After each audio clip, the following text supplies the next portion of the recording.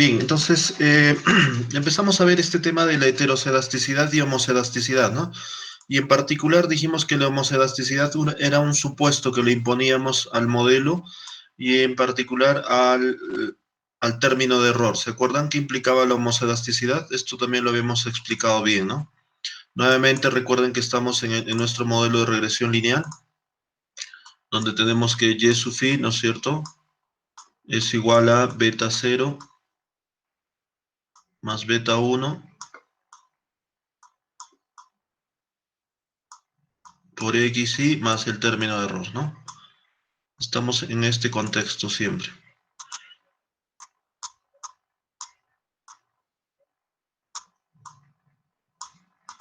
Entonces, a este término de error, recuerden que ya le hemos hecho un supuesto, ¿no? Que estaba relacionado a la esperanza condicional, ¿no? El primer supuesto dijimos que la esperanza condicional del término de error tenía que ser cero, ¿no? ¿Sí? La esperanza de mu sub phi, dado los x, dijimos que esto es cero. ¿Sí? Y este supuesto en cierta forma hemos dicho que se cumple, ¿no? ¿Se acuerdan cuando hemos demostrado la propiedad del MCO de que el sumatorio de los mu gorritos, ¿se acuerdan que era cero? Entonces este supuesto en cierta forma se cumplía, ¿no? En nuestro modelo de regresión lineal. ¿Ok? Entonces esto hemos dicho que era cero para todo y para todos los individuos de la muestra. ¿Ok? Y hemos incorporado este supuesto adicional que le hemos llamado la homocedasticidad. ¿Ok? Entonces, este supuesto de homocedasticidad estaba vinculado con la varianza, ¿recuerdan? Con la varianza de este término de error, ¿no? ¿Cómo es la varianza del término de error? En este caso hemos dicho que la varianza de mu sub phi, condicionado otra vez a los x, hemos supuesto que es constante, ¿no? Esta varianza. La varianza del término de error condicionado a los x, hemos dicho que es un sigma al cuadrado para todo y, ¿no? ¿Sí? Era un sigma al cuadrado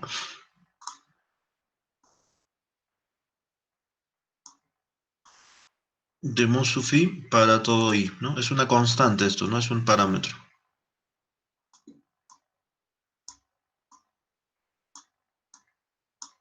¿Ok? Entonces, a este supuesto le hemos llamado, a esta parte de aquí le hemos llamado el supuesto de homocedasticidad, ¿no?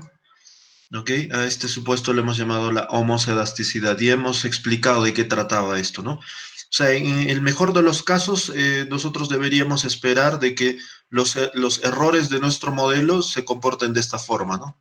Que sean homocedásticos. Y si los errores de nuestro modelo son homocedásticos, entonces vamos a decir que nuestros beta gorrito, a eso justamente nosotros le vamos a llamar el famoso teorema de Gauss-Markov. El teorema de Gauss-Markov, ¿qué es lo que nos dice?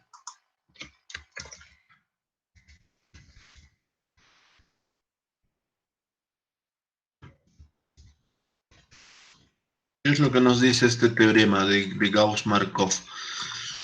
Lo que nos dice es que si se cumplen los supuestos básicos del modelo de regresión lineal, ¿se acuerdan los tres supuestos que hemos empezado, incluyendo este supuesto de homocedasticidad? Si se cumplen los supuestos del modelo de regresión lineal, vamos a decir que los estimadores beta gorrito, bueno, acá sí no lo voy a enunciar bien, ¿ya? Vamos a ponerlo bien esto. Vamos a decir que según el teorema de Gauss-Markov, decimos acá, si se cumplen los supuestos básicos de MCO, entonces venimos acá, entonces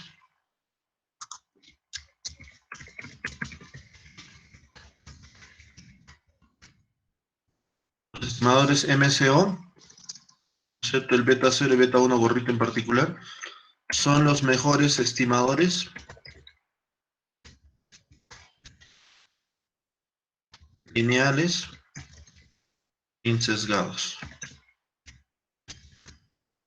¿Ok? Eso es lo que nos va a garantizar este teorema de Gauss-Markov.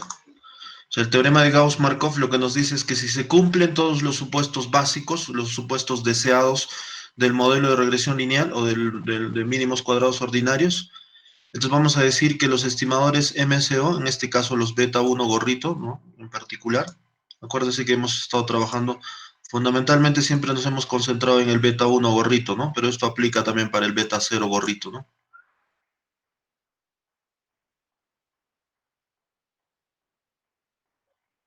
¿Ok? El beta 0, el beta 1 gorrito, ¿no es cierto? Vamos a decir que son los mejores estimadores lineales sin sesgados. ¿Ok? Solo obviamente siempre y cuando se cumplan los supuestos, ¿no? ¿Sí? O sea, ¿qué significa que sean los mejores? Que tienen menor varianza, ¿no? ¿Qué significa que sea mejor de todos los estimadores que tenga menor varianza, ¿no? O sea, que sea eficiente. Otro, que sea lineal también, ¿no? Que sea lineal y por último que sea insesgado, ¿ok? Entonces, estas son, digamos, las características deseadas, ¿no? Y eso es lo que lo enuncia en este teorema Gauss y Markov. Para este modelo de regresión lineal, lo que nos dice es que si se cumplen los supuestos básicos del modelo de regresión lineal, o sea, esperanza cero del término de error, varianza constante, ¿no es cierto?, de que los X y los Y sean I y D, ¿no es cierto?, y que los valores atípicos de X y Y ocurren con probabilidad cero. Entonces, bajo esos supuestos, vamos a decir que estos beta gorrito de mínimos cuadrados ordinarios son los mejores estimadores lineales insesgados. ¿Ok? Entonces, ¿por qué significa que sea mejor? Esta parte, por eso que hay que subrayarlo. ¿Qué significa que sean los mejores estimadores? Que no vamos a encontrar otro estimador mejor que este, por mínimos cuadrados. ¿Ok?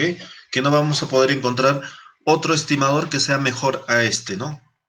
¿Sí? No existe otro mejor estimador que el de mínimos cuadrados ordinarios. ¿Sí? Eso nos garantiza el teorema de Gauss-Markov. O sea, este es el mejor. Como mejor que este ya no existe. ¿Ok? Entonces, claro, ahora lo que tendríamos que preguntarnos es, ¿y qué pasa si no se cumple todos los supuestos del modelo de regresión lineal?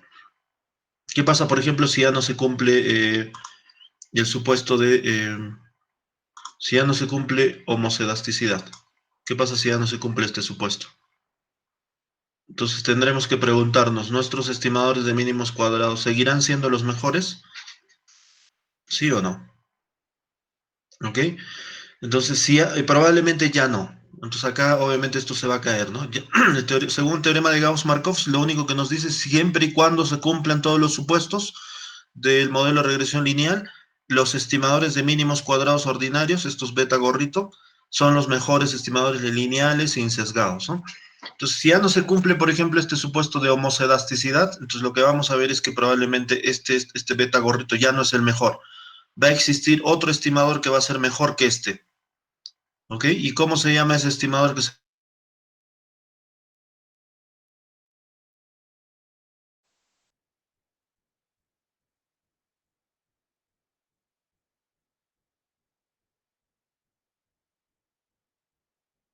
los generalizados? ¿Ya? Entonces, este es un caso particular, por eso, ¿ya? Acá por eso que la homocedasticidad en realidad es un caso particular, ¿sí? Es un caso particular donde suponemos que la varianza de los errores es constante, que es lo ideal, ¿no? Que es lo que uno debería esperar. Pero ¿cuál es el problema? Que en la práctica este supuesto no se cumple cuando trabajamos, por ejemplo, con datos de corte transversal. ¿Y qué es lo que ocurre comúnmente más bien? Es que exista heterocedasticidad. ¿Ok? Entonces, ¿qué implica la heterocedasticidad? Entonces, esto lo vamos a escribir aquí, a ver. ¿Qué implica la heterocedasticidad? En este caso, vamos a decir que la heterocedasticidad implica que ya también la varianza ya no es constante, sino, ¿cómo va a ser la varianza? Aquí me dice, ¿ver? ¿Cómo sería la varianza del término de error en este caso? ¿Cómo sería la varianza en Musufi?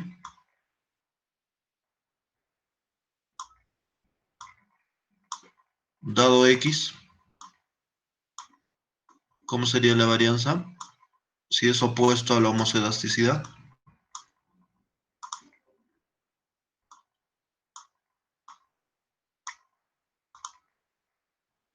¿Cómo sería la varianza condicional en este caso? ¿Están ahí?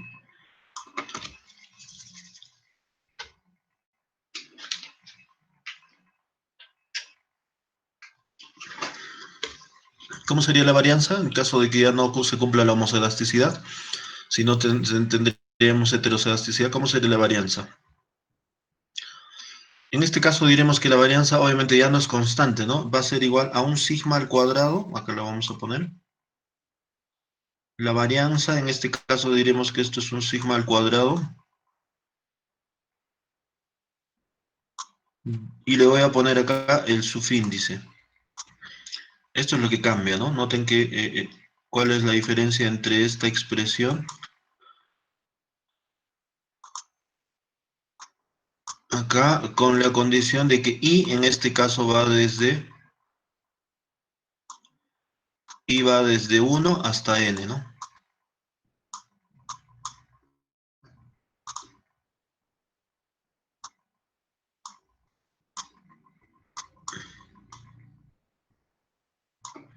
¿Ok? ¿Estamos de acuerdo? Esto es lo que cambia, ¿no? Noten esta expresión de aquí versus esta expresión de aquí, ¿no? ¿Es lo mismo o qué es lo que decimos acá? A ver, chequen estas dos expresiones, a ver. ¿Notan la diferencia entre uno y el otro, no? Entre esta de aquí versus esta de aquí.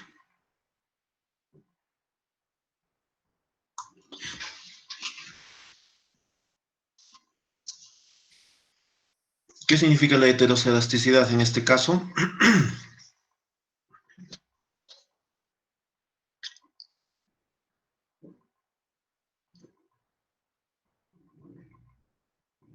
Vamos a ver, están ahí, respondan. ¿Qué significaba la heteroscedasticidad? Si es lo opuesto a la homoscedasticidad. ¿Qué implica en este caso?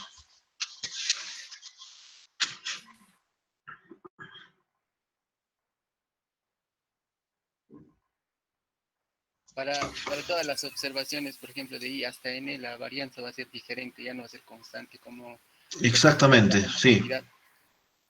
Exactamente, sí. La varianza ya no es constante, como en este caso, ¿no? Por eso acá pusimos para todo i. Es el mismo sigma al cuadrado, ¿no? Para todos los individuos, su varianza. Pero en este caso ya no. La varianza de Monsufi cambia, ¿no? Va a ir cambiando. Va a ser un sigma al cuadrado 1, sigma al cuadrado 2, sigma al cuadrado 3, hasta sigma al cuadrado n.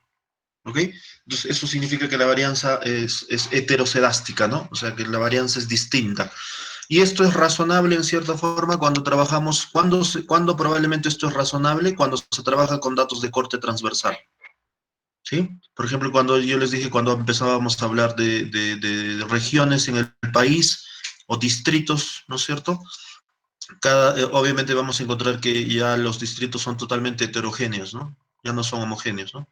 El supuesto de homocedasticidad en cierta forma nos dice que los individuos en cierta forma son similares, ¿no? Que no es lo mismo iguales, ¿ah? Similares, o sea, que tienen algunos rasgos en común, ¿no? Gustos y preferencias idénticos, no sé, algunas variables que son en común, ¿no? Parecidas. Pero en cambio la heteroscedasticidad nos dicen que son heterogéneos, ¿no? ¿Ok? Entonces eso es lo que nos indica la heteroscedasticidad. Entonces, el problema es, si tenemos heteroscedasticidad, ¿qué pasa con el teorema de Gauss-Markov? ¿Qué nos dice Gauss-Markov? Entonces, obviamente, si tendríamos heteroscedasticidad, claramente el teorema de Gauss-Markov ya no se cumple, ¿no? ¿Ok? El teorema de Gauss-Markov ya no se cumple. ¿Por qué ya no se cumple? Ya no se cumple porque ya si ya no se cumplen los supuestos del modelo, obviamente el beta gorrito, como ya les indiqué, ya no va a ser el mejor estimador lineal insesgado, sino va a existir otro estimador que va a ser mejor que este. ¿Y cuál es ese estimador que es mejor que el mínimos cuadrados ordinarios? Se llama el MCP, ¿no? ¿Sí? Vamos a chequear esto. El otro estimador que nos va a ayudar digamos, a corregir este problema cuando tenemos heteroscedasticidad. El otro estimador, perdón, aquí.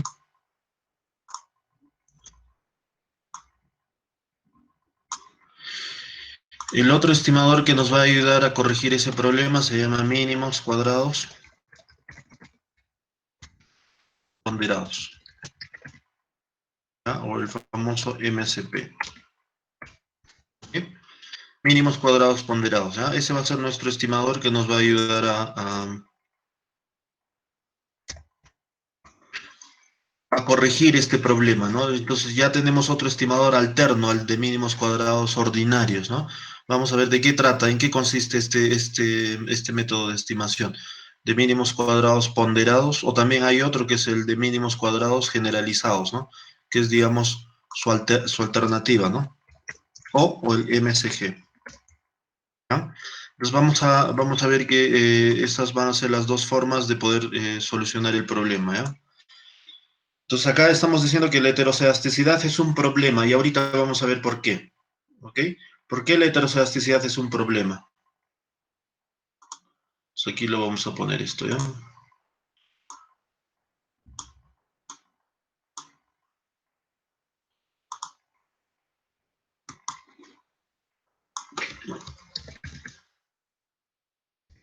Ah, es un problema. La pregunta es ¿por qué es un problema la heterocedasticidad? Acá la respuesta es rotunda, ¿no? ¿Sí? La heterocedasticidad, ¿por qué es un problema?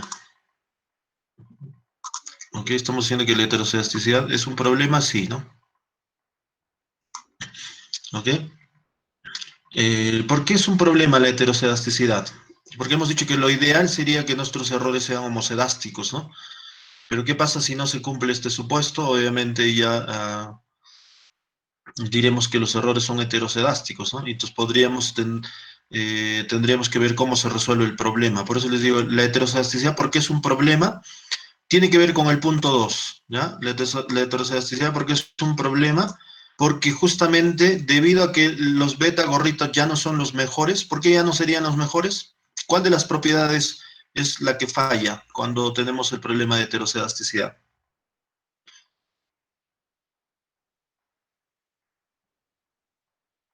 Cuando tenemos heterocedasticidad, ¿cuál de las propiedades falla? De los estimadores, ¿no? Acá hemos visto, ¿se acuerdan? Eran tres propiedades, ¿no? Tres propiedades deseadas, ¿no? La primera hemos dicho que era el insesgamiento, ¿no?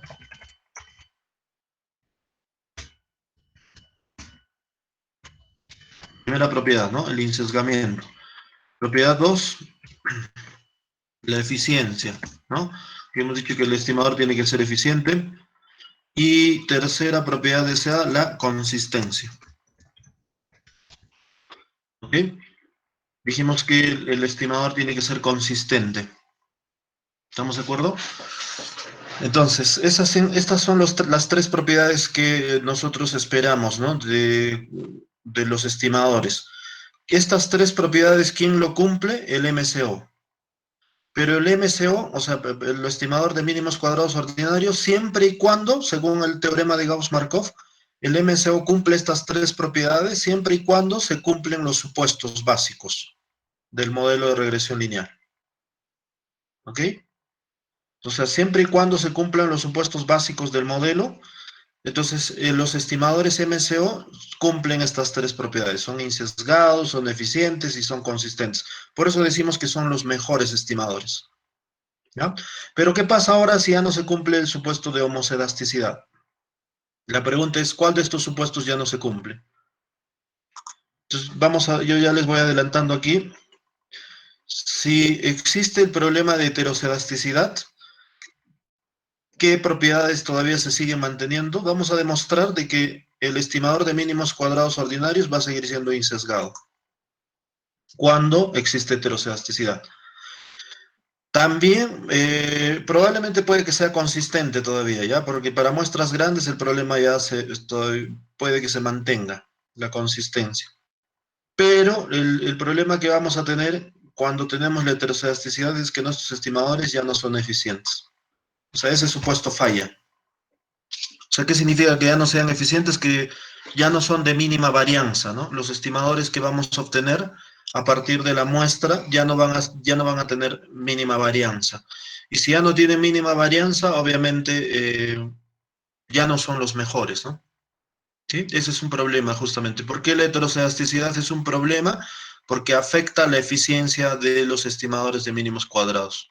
Y otro aspecto, no solamente ahí acaba el problema, sino que va a afectarnos a nuestro estadístico T-de-Student, ¿sí?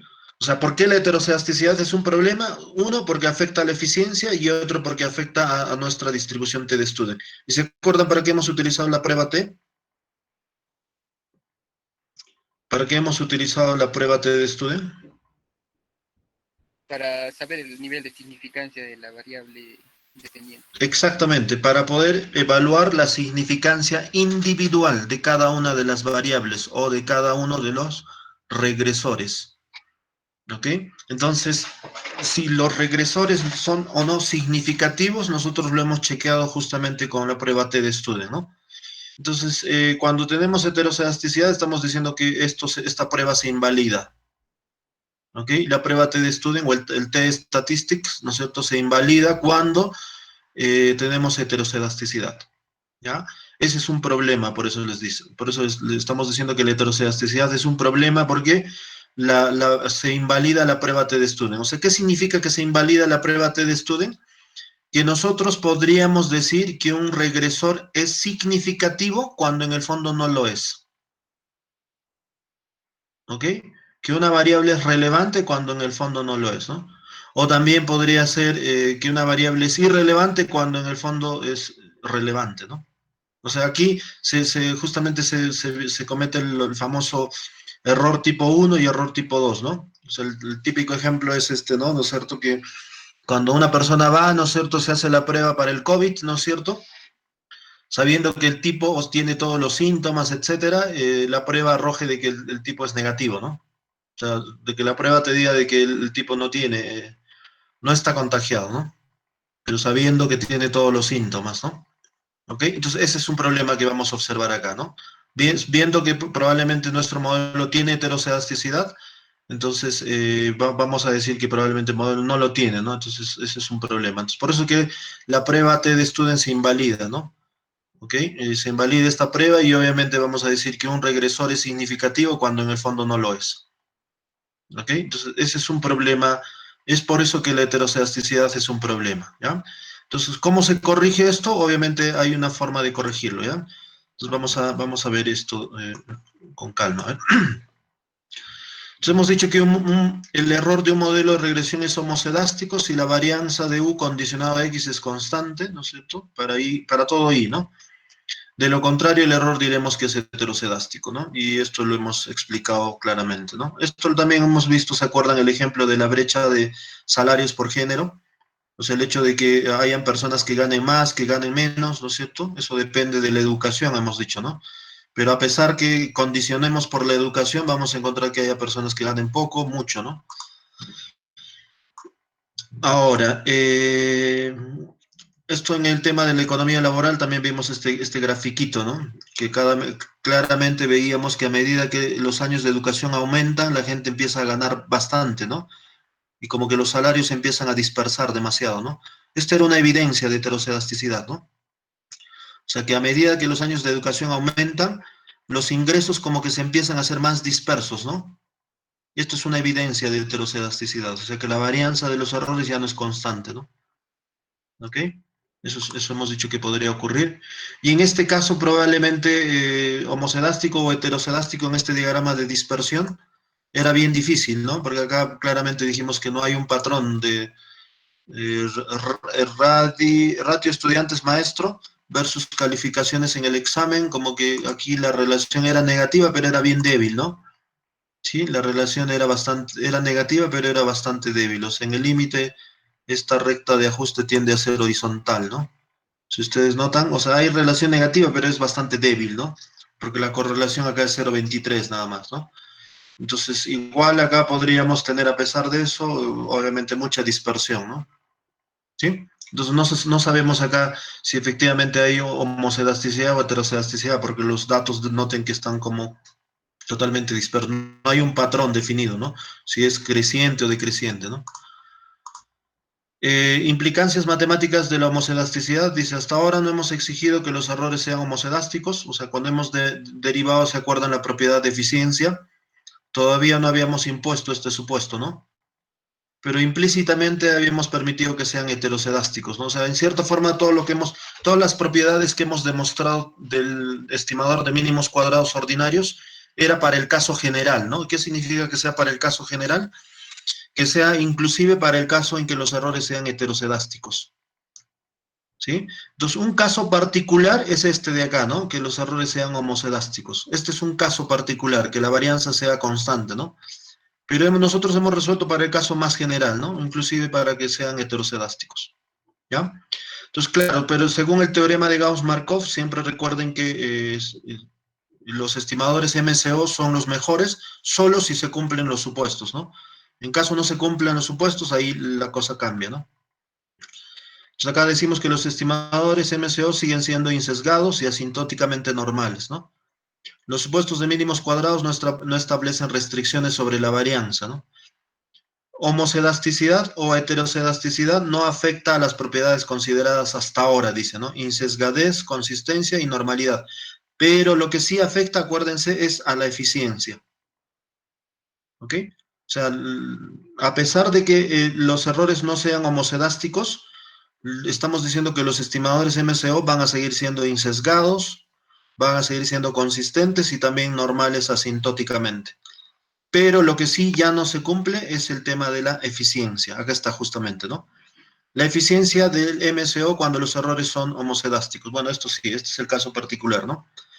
En este caso, los MCO son eficientes entre todos los estimadores lineales insesgados, ¿no? Teorema de Gauss-Markov, lo que acabamos de ver, ¿no? ¿Ok? O sea, la eficiencia solo se garantiza en el caso de que se cumplan los supuestos del modelo de mínimos cuadrados, ¿no? Y eso nos garantiza este teorema de Gauss-Markov.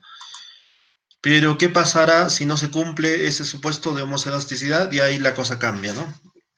¿Y dónde radica esto? Justamente en la fórmula de la varianza bajo homocelasticidad, ¿no? En este caso, la fórmula de la varianza, ¿no es cierto? ¿Se acordarán? Hemos llegado hasta esta parte, ¿no? Hemos dicho que la varianza de beta 1 gorrito tenía esta forma, ¿no? ¿Sí? Este sigma al cuadrado, ¿no es cierto? Línea oblicua de beta 1 gorrito lo hemos llamado la varianza de los residuos sobre esta suma de x menos x promedio al cuadrado, ¿no? ¿Ok? Entonces, y donde ese sufijo gorrito al cuadrado le hemos llamado 1 sobre n menos 2, sumatorio del mu gorrito al cuadrado, ¿no? ¿Ok? Esto le hemos llamado la varianza, ¿recuerdan? Esto le hemos llamado el error estándar de la regresión, ¿no? ¿Sí? Si a la suma de los residuos elevado al cuadrado lo dividimos entre n menos 2, esto era la suma, el error estándar de la regresión, ¿no? Sí, esto le hemos llamado el error estándar de la regresión.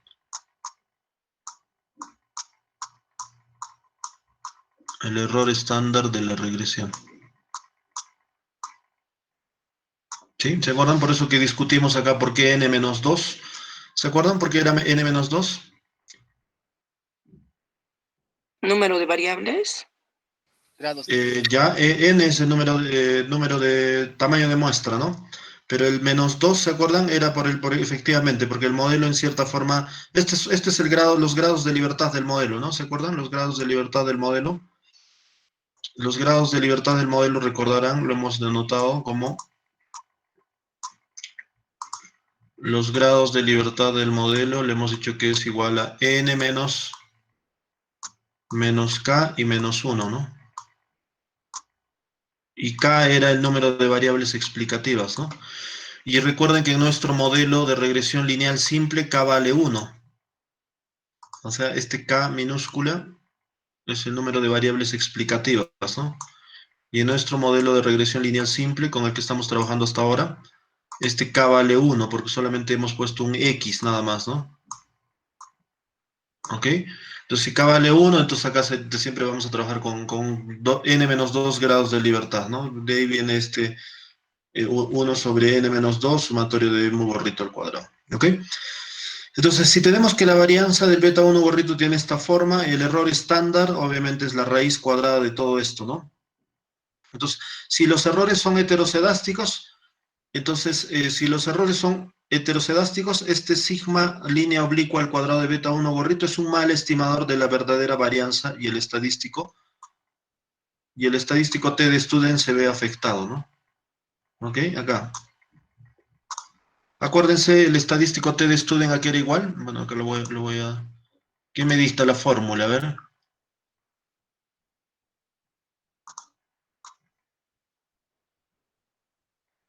El T calculado, ¿se acuerdan? Que hemos visto en el eViews, le hemos dicho que el programa ya lo calcula, ¿no? Por fórmula, aquí era igual esto, este T sub C, le hemos llamado T sub C, ¿no? El T statistic, ¿se acuerdan? Aquí era igual. El coeficiente sobre... Ya, está bien, a ver, dígame. El beta 1 gorrito, supongamos que es para el beta 1 gorrito. Sobre el error estándar. Exactamente, la desviación estándar, ¿no? El error estándar del beta 1 gorrito. Y el error estándar del beta 1 gorrito, notan que es la raíz cuadrada. Es la raíz cuadrada de la varianza estimada, ¿no? O sea, acá por eso, noten aquí lo que voy a escribir, ¿ya? Es la raíz cuadrada, ¿no es cierto?, de la varianza de beta 1 gorrito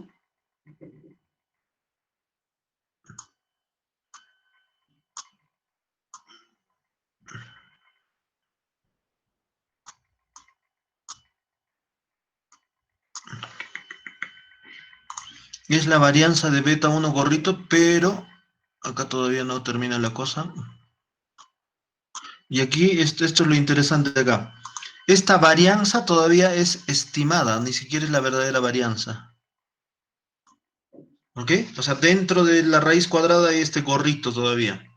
Por eso que acá aparece este sigma al cuadrado línea oblicua, porque es una estimación de esta varianza, no es la verdadera varianza de beta 1 gorrito. ¿Ok? Porque noten que acá hemos hecho varias aproximaciones, ¿no? Hemos aproximado el X promedio, por ejemplo, era el mu, ¿no? Era el X menos mu y le hemos aproximado el mu como el X promedio, ¿no? Por eso que es estimado. Y esta estimación de esta varianza del beta 1 gorrito se afecta cuando los errores son heteroscedásticos. Acá está, ¿no? Si los errores son heteroscedásticos, estamos diciendo que este sigma al cuadrado, que es esta varianza gorrito, es un mal estimador de la verdadera varianza, ¿no? Y por lo tanto, el estadístico T, basado en esta fórmula, no es asintóticamente normal, ¿no? Y los intervalos de confianza, etcétera, y las pruebas T de significancia se afectan, ¿no? Ya no son válidos. Este es por eso que dijimos que la heteroscedasticidad, la heteroscedasticidad es un problema, ¿no? Es debido a este hecho, ¿no? Debido a que noten la fórmula del T calculado, ¿no? Acá radica toda esta idea, ¿no? De que el T calculado es el beta 1 gorrito dividido entre la raíz cuadrada de la estimación de la varianza de beta 1 gorrito. ¿Ok? O sea, esta varianza que está dentro de la raíz cuadrada, por eso que le he puesto un gorro grande, porque es estimado todavía. Porque no es la verdadera, es una estimación que hemos hecho. ¿Y cuál es el problema con esta estimación? Que justamente acá estamos utilizando este supuesto de la homocedasticidad, ¿no? De que la varianza de los errores son homocedásticos. Y si ya no son homocedásticos, esta varianza se afecta, y si esta varianza se afecta, obviamente esta prueba se invalida, ¿no? O sea, obviamente ya en heterocedasticidad, esta prueba se invalida. Esta prueba ya no sirve. ¿Ya? Ese es un problema que tenemos con la heterocedasticidad. ¿Ok? Porque acá se acuerdan, para poder rechazar o aceptar la hipótesis nula, este numerito es el que utilizábamos, ¿no? Este T calculado. Dividíamos el beta 1 gorrito entre la raíz cuadrada y nos salía un número. Y este número lo comparábamos con la tabla de la distribución T de Student, ¿no es cierto? Con n-2 grados de libertad. ¿Sí? Y veíamos si caía en la zona de rechazo o en la zona de aceptación, ¿no? Entonces, ¿cuál es el problema de aquí? Que cuando los errores son homocedásticos, acá no hay ningún problema. Estos T calculados funciona muy bien. ¿Sí? Esta prueba es válida. El problema surge cuando los errores ya no son homocedásticos, sino heterocedásticos. Y esta varianza gorrito, esta estimación de la varianza ya se contamina, ¿no? Cuando los errores son heterocedásticos. Y si se contamina, obviamente toda esta prueba se invalida. ¿Estamos de acuerdo? Es por eso que la heterocedasticidad es un problema, ¿no? ¿Ok? Entonces se invalida esta prueba. Si se invalida esta prueba, obviamente nosotros podríamos cometer un error de decir que una variable es significativa o relevante cuando en el fondo no lo es. ¿Estamos de acuerdo? Entonces por eso les digo que esto es un problema grave, ¿no? O sea, imagínense en vuestra tesis ustedes llegan a decir de que quieren probar si la alimentación mejora las notas de los estudiantes en las escuelas. Entonces, ¿qué pasa si vuestro modelo es heterocedástico? Y ustedes llegan no se han percatado de este detalle, de que los errores son heterocedásticos, y en vuestras conclusiones llegan a concluir de que la alimentación es una variable significativa para afectar la nota de los estudiantes. Entonces, ¿qué problema tendrían? Que por teoría econométrica sabemos que si los errores son heterocedásticos, esta prueba se invalida. Entonces, ¿qué significa? Que esa conclusión que ustedes llegarían en la tesis obviamente no sería válida, ¿no? Probablemente no es cierto, de que la alimentación no afecta positivamente al rendimiento académico.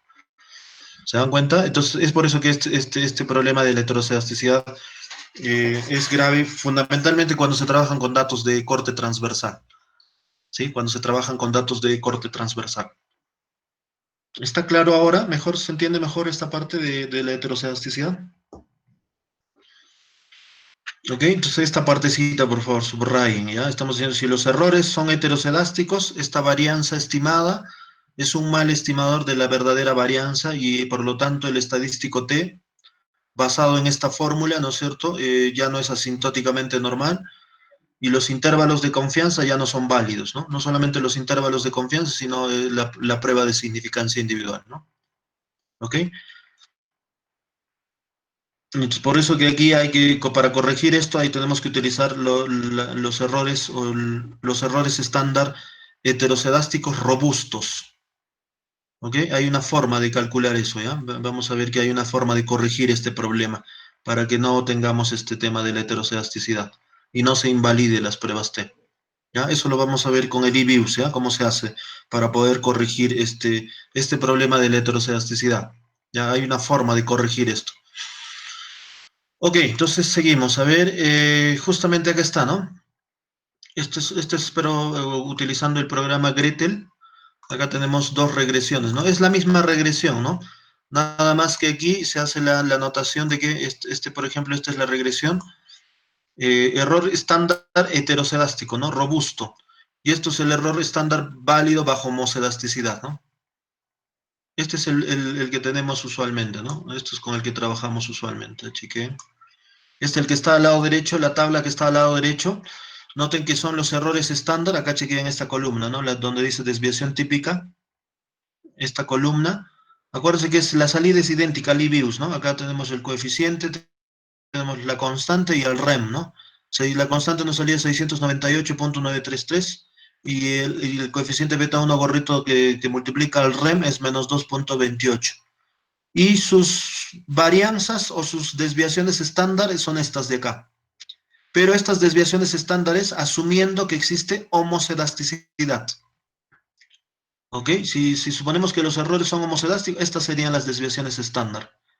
9.4674 y 0.4798. ¿Ok? El problema es que estamos diciendo es, ¿qué pasa si los errores son heterocedásticos? Si suponemos que los errores en este modelo son heterocedásticos, entonces estamos diciendo que estos T estadísticos se invalidan. Estos estadísticos T de student se invalidan. ¿Ok? Cuando este modelo los errores son heterocedásticos. Entonces se invalida el T estadístico porque estas desviaciones estándar no son las mejores estimaciones de las varianzas y por lo tanto estos P valor también están contaminados, ¿no? ¿Sí? No nos va a servir ya para poder decir si una variable es significativa o no significativa. Entonces, ¿qué es lo que hacemos para eso? Corregimos con justamente de esta forma de acá, ¿no? Vamos a hacer una corrección y utilizamos los errores estándar heterocedásticos robustos, ¿no? Y este vendría a ser las desviaciones estándar robustas con heterocedasticidad, ¿no? ¿Ok?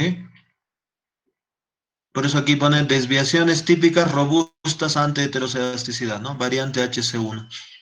¿Ok? Estos serían los valores para el caso robusto, ¿no? Entonces, si se corrige la desviación estándar, obviamente se va a corregir el T estadístico y también sus probabilidades. Entonces, con esta tabla nosotros sí podríamos trabajar e interpretar, ¿no?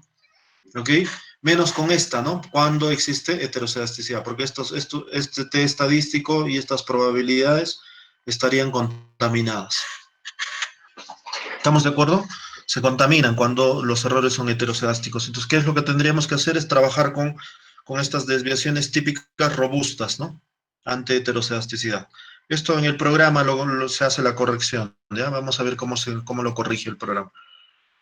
¿Ya? Entonces podríamos, porque al final, pero noten que lo que no cambia son los coeficientes, ¿no? Los coeficientes no tienen por qué cambiar, ¿sí? Noten que esta columna es idéntica a esta de acá.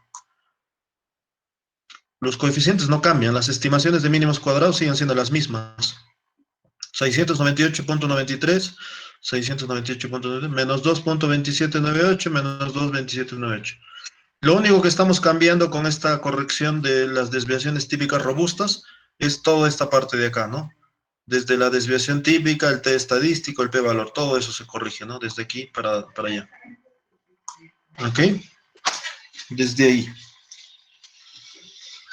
¿Estamos de acuerdo? Bien, entonces esa va a ser la forma como vamos, bueno, algunas conclusiones. Hasta el momento hemos tratado un buen número de aspectos relacionados al MCO, insesgamiento, consistencia, normalidad asintótica, heterocedasticidad. ¿Qué más? Generalmente vamos a seguir utilizando el MCO, ¿ya? Pero vuelvo a repetir, el MCO es válido solo bajo el caso de que se cumplan todos los supuestos del modelo de regresión lineal, ¿no? Hay que tener en cuenta que si no se cumple alguno de los supuestos, obviamente ahí tenemos que estar viendo la alternativa, ¿no? Porque si no se cumple, por ejemplo, homocedasticidad, si no se cumple homocedasticidad, claramente este MCO ya no va a ser el mejor, como les comentaba, ¿no? Este estimador ya no va a ser el mejor y tendremos que buscar otro estimador como el mínimos cuadrados ponderados o el mínimos cuadrados generalizados, ¿ya? Para poder corregir el problema, ¿no? Entonces acá obviamente nos vamos a preguntar, ¿son las anteriores buenas razones para usar MCO? ¿No hay otros estimadores mejores? Ya, bueno, ya hemos respondido esta segunda pregunta, ¿no? Existen otros estimadores mejores, ¿no? El MCP y el MCG, ¿no? ¿Ok? En particular, ¿puede haber estimadores alternativos con menor varianza? Sí, hay mejores estimadores, ¿no? El mínimos cuadrados ponderados, por ejemplo, tiene menor varianza. ¿Ok? ¿Y qué pasaría con la distribución T de Student también? ¿No? ¿Ok? Entonces vamos a ir viendo este tema más adelante. Los supuestos de mínimos cuadrados extendidos. Acá está, ¿no? Chequeamos ahora los otros supuestos que vamos a ir incorporando, ¿no? Estos son los supuestos completos, digamos, ¿no? Estos son todos los supuestos del modelo, ¿no? Y creo que esto ya lo habíamos escrito en la pizarrita, ¿se acuerdan? Y vamos a ir a enumerarlos, a ver. Supuesto 1, ¿se acuerdan? Ya esto ya lo sabemos, ¿no? Que la media condicionada del término de error mu-sub-phi dado x es 0, ¿sí? Esto ya lo hemos visto, este es el supuesto básico 1. Supuesto básico 2, que dice que los x y y deben ser i y des, ¿no? Esto también ya lo hemos visto, que los x y y deben ser i y des, ¿no? Independiente, idénticamente distribuidos. Supuesto 3, que los datos atípicos grandes ocurren con probabilidad 0, ¿no? Eso también ya lo hemos visto. Estos hemos partido, ¿se acuerdan? Solo con estos tres supuestos. ¿Ok? Y a estos tres supuestos ahora le estamos añadiendo este cuarto que se llama la homocedasticidad, ¿no? Que los mu-sub-phi deben ser homocedásticos, ¿ok? Y esto significa que la varianza mu-sub-phi es igual a sigma al cuadrado para todos los individuos. Y adicionalmente a esto, bueno, acá inclusive no está el supuesto 6, ¿no? Son en realidad 6 supuestos. El supuesto 5 es que la distribución condicional de mu-sub-phi dado x es normal, ¿no? ¿Se acuerdan el supuesto 6? ¿Quién me dice? A ver, ¿cuál era el supuesto 6? Acá falta un supuesto más. ¿Se acuerdan cuál era?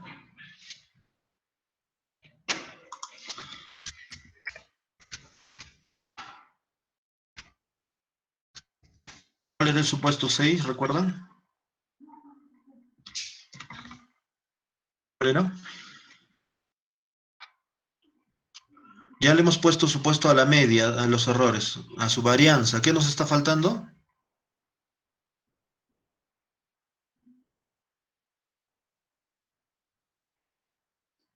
¿Qué indicador nos falta ahí ponerle supuesto?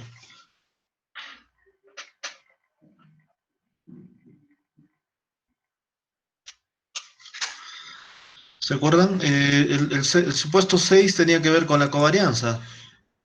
¿Cómo hemos dicho que deben ser las covarianzas entre los errores? El supuesto 6 tenía que ver con la covarianza, ¿no? ¿Qué hemos dicho al De respecto? la no correlación, no autocorrelación. Exactamente, no Igual a cero. autocorrelación, ¿sí? Que la covarianza de mu sub phi con el mu sub j, ¿cuánto debía ser? Cero, profesor. Cero, exactamente, ¿sí?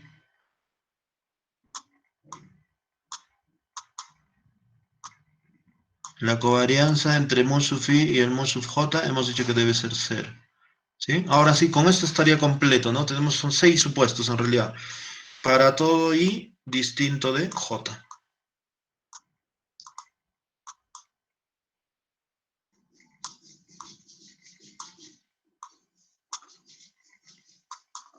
¿Ok? Entonces, este es el sexto supuesto en realidad. Bueno, ahí no se olvidaron en la diapositiva de poner este sexto supuesto, porque obviamente hemos empezado con la media, luego hemos puesto la varianza y nos estaba faltando esto, ¿no? El supuesto 6, la covarianza. Este supuesto de no autocorrelación va a ser muy importante cuando trabajemos con datos de series de tiempo, ¿sí? Porque este problema justamente se llama a este supuesto, el supuesto 6 se le llama el supuesto de no autocorrelación de los errores. Ya lo vamos a poner acá. No auto.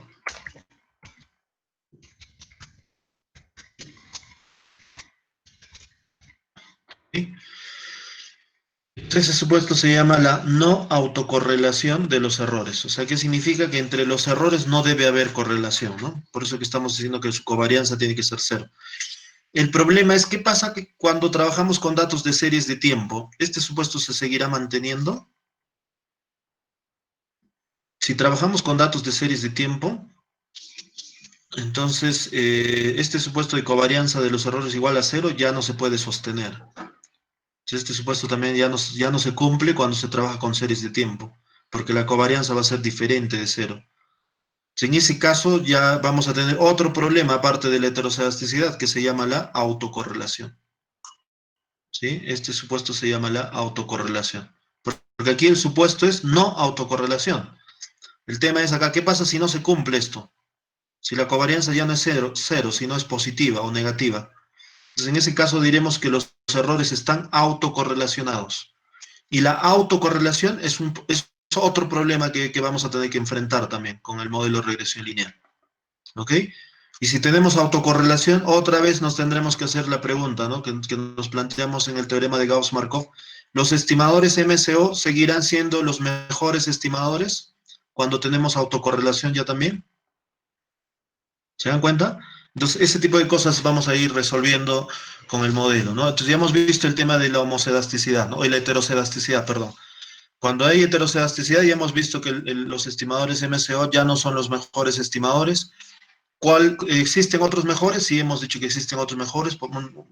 Un estimador alternativo les dije que es el de mínimos cuadrados ponderados, ¿no? ¿Ok? Mínimos cuadrados ponderados o también mínimos cuadrados generalizados, ¿no? Entonces pasará lo mismo con la autocorrelación, ¿no?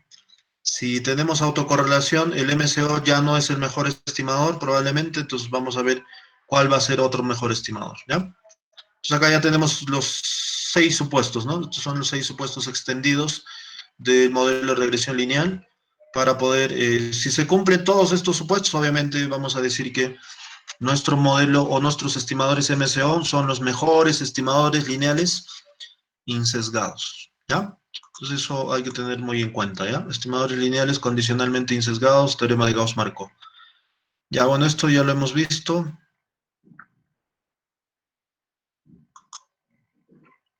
Eh, Bien, esto de repente en la próxima clase vamos a hacerle un repasito así rápido. Bueno, estas diapositivas para esta parte para ver un poco de heterocedasticidad de mínimos cuadrados ponderados. Acá está, ¿no? Estimador de mínimos cuadrados ponderados. Tengo otras diapositivas que yo utilizaba en el curso. De repente les muestro esto ¿ya? Y vamos a ver cómo se detecta la heterocedasticidad también. Hay formas de detectar la heterocedasticidad. ¿Ya? Eso de repente lo vamos a ver rápido en el laboratorio, ¿ya? Para la próxima clase. Utilización del estadístico T para muestras pequeñas. Ok. Entonces es eso, ¿no? Esta parte de aquí. Sí, entonces para esta parte les voy a utilizar, tengo otra diapositiva que yo tengo del curso, que es sobre heterocedasticidad, ¿ya? Eh, ¿Dónde está?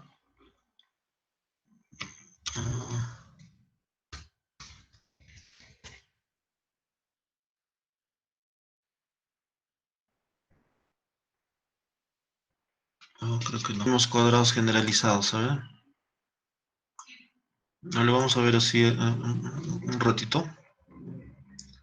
Heterocedasticidad, aquí están los supuestos, el teorema de Gauss-Markov. Bueno, es que esta diapositiva la utilizábamos porque obviamente anteriormente hacíamos uso del álgebra de matrices. ¿Ok? Gran parte de la notación acá, por ejemplo, del modelo de regresión lineal está expresada en forma matricial. ¿Sí? Les decía que era otra forma de trabajar, ¿no? La econometría, trabajarlo con matrices. Y acá está el teorema de Gauss-Markov, también este beta gorrito es un vector, o sea, todo es en forma matricial, ¿no? Ok, acá está, y hemos dicho que cuando tenemos heterocedasticidad, los estadísticos T de Student se invalidan, esto ya lo hemos repetido. Noten, acá quiero que chequen la fórmula acá está. Esta es la idea del método de mínimos cuadrados ponderados. A ver, acá está.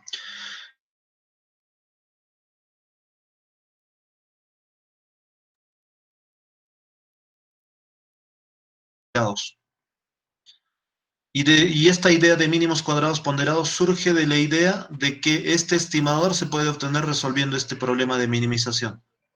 Minimizar la suma de los residuos al cuadrado. Este E minúscula es el mu gorrito.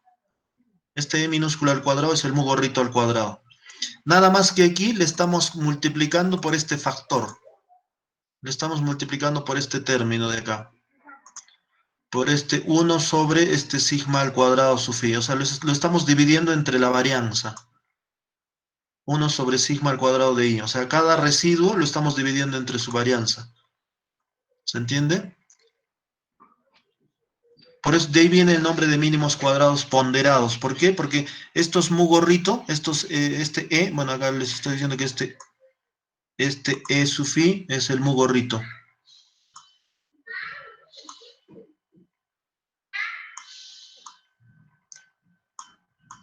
El E sub phi es el mu gorrito, por favor, ¿ya? Para que no se confundan.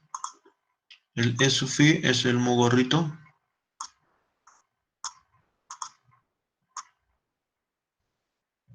¿Ok?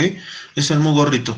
¿Sí? Entonces aquí lo que estamos diciendo es que el método de mínimos cuadrados ponderados lo que busca es minimizar la suma de los residuos elevado al cuadrado, pero ponderado por su varianza.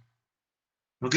Si ustedes resuelven este problema de optimización, vamos a obtener lo mismo que en mínimos cuadrados ponderados, nada más que la única diferencia aquí va a ser que estos beta 1 gorrito y beta 2 gorrito, o beta 0 gorrito y beta 1 gorrito, son las mismas expresiones, nada más que estas variables x asterisco se obtienen de dividir cada variable,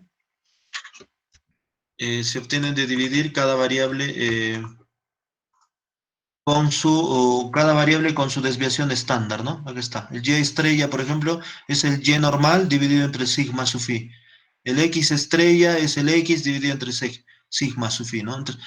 O sea, cada variable lo dividimos entre la desviación estándar. ¿Ok? Y lo reemplazamos en nuestra fórmula habitual de mínimos cuadrados ordinarios y esto vendría a ser el MCP o mínimos cuadrados ponderados. ¿Sí? Este estimador se conoce como el método de estimación mínimos cuadrados. O sea, el mínimos cuadrados ponderados, entonces podríamos decir que es un método mucho más general inclusive, ¿no? ¿Sí? Más general que el mínimos cuadrados ordinarios, ¿no? Porque justamente resulta de dividir cada variable entre su desviación estándar, ¿no? ¿Ok? De ahí viene ese nombre de mínimos cuadrados ponderados, ¿no? Porque estamos ponderando entre este sigma sub i. ¿Ok? Eso es lo que hay que tener aquí y obviamente la idea del método de mínimos cuadrados ponderados surge de minimizar este problema. ¿Estamos de acuerdo? Bien, entonces acá antes de la diapositiva les decía que en esta diapositiva existen métodos para poder detectar la heteroscedasticidad. Acá hay, por ejemplo, el test de Brecht-Pagan, Godfrey y Quenker, hay el test de White, ¿sí? O sea, existen formas de detectar este problema de la heteroscedasticidad, cuando un modelo tiene o no tiene heteroscedasticidad, y eso en el libro de Stock y Watson creo que no está, ¿no? O sea, habría que darle una miradita, ¿ya? Y a partir de eso vamos a ver, esta diapositiva igual lo voy a subir para que ustedes lo revisen, ¿ya? Entonces el día viernes empezamos a ver algo de laboratorio con esta parte de la heteroscedasticidad. ¿Ok? Para poder un poco ver cómo se aplica este tema de cómo detectamos si hay o no hay heteroscedasticidad, etcétera, etcétera. Y vamos a ver un poco este tema de mínimos cuadrados ponderados también. ¿Estamos de acuerdo? Bien, no sé si hasta aquí hay alguna consulta, alguna pregunta.